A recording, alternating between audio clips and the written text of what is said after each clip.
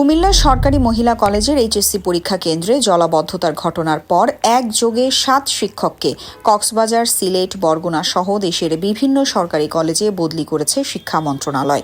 বৃহস্পতিবার মাধ্যমিক ও উচ্চ শিক্ষা বিভাগের সরকারি কলেজ 2 শাখার উপসচিব মোহাম্মদ আব্দুল কুদ্দুস স্বাক্ষরিত এক আদেশে এই তথ্য জানানো হয়। আগামী 29 জুলাইয়ের মধ্যে সংশ্লিষ্ট শিক্ষকদের বর্তমান কর্মস্থল থেকে অবমুক্ত হতে বলা হয়েছে।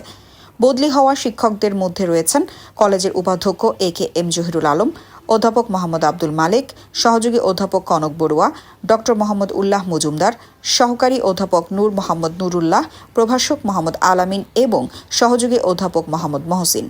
তবে শিক্ষকদের দাবি, প্রতিষ্ঠা লগ্ন থেকেই কলেজটি এইচএসসি পরীক্ষা কেন্দ্র হিসেবে ব্যবহৃত হচ্ছে। গত 13 জুলাই অতি বৃষ্টির কারণে সাময়িক জলাবদ্ধতা সৃষ্টি হলেও কোনো পরীক্ষার্থী অনুপস্থিত ছিল না এবং পরীক্ষা নির্ধারিত সময়েই অনুষ্ঠিত হয়েছে। শিক্ষকদের অভিযোগ, বৃষ্টিজনিত জলাবদ্ধতার ঘটনাকে কেন্দ্র করে তাদের বদলি করা হয়েছে।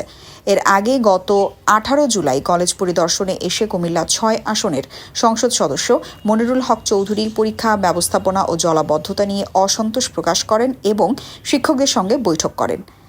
এদিকে শিক্ষা মন্ত্রণালয়ের একটি সূত্র জানিয়েছে, বদলি প্রশাসনিক প্রক্রিয়ার অংশ এবং প্রয়োজন অনুযায়ী যে কোনো শিক্ষককে বদলি করা হতে পারে।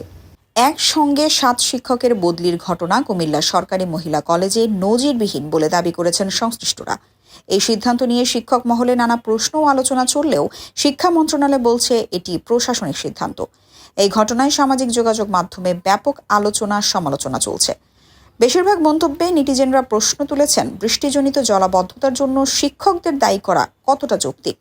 অনেকেই মন্তব্য করেছেন, জলাবদ্ধতা মূলত সিটি কর্পোরেশনের ড্রেনেজ ও পানি নিষ্কাশন ব্যবস্থার সমস্যা, তাই এই ঘটনার দায় শিক্ষকদের ওপর চাপিয়ে বদলি করা অন্যায় হয়েছে। বেশ কয়েকজন মন্তব্যকারী উপাধ্যক্ষ এ.কে.এম জহিরুল আলমের সততা, দায়িত্বশীলতা ও দীর্ঘদিনের শিক্ষকতা জীবনের প্রশংসা করে তাকে পুনর্বহালের দাবি জানিয়েছেন। অনেকের ভাষ্য, তিনি একজন সম্মানিত শিক্ষক এবং তার সঙ্গে অন্যায় আচরণ করা হয়েছে। কিছু মন্তব্যে অভিযোগ করা হয়েছে, প্রকৃত দায়ীদের পরিবর্তে শিক্ষকদের শাস্তি দেওয়া হয়েছে। কেউ কেউ লিখেছেন, যদি দায় নির্ধারণ করতেই হয় তবে সংশ্লিষ্ট শিক্ষা বোর্ড, স্থানীয় প্রশাসন বা সিটি কর্পোরেশনের ভূমিকা নিয়েও প্রশ্ন তোলা উচিত।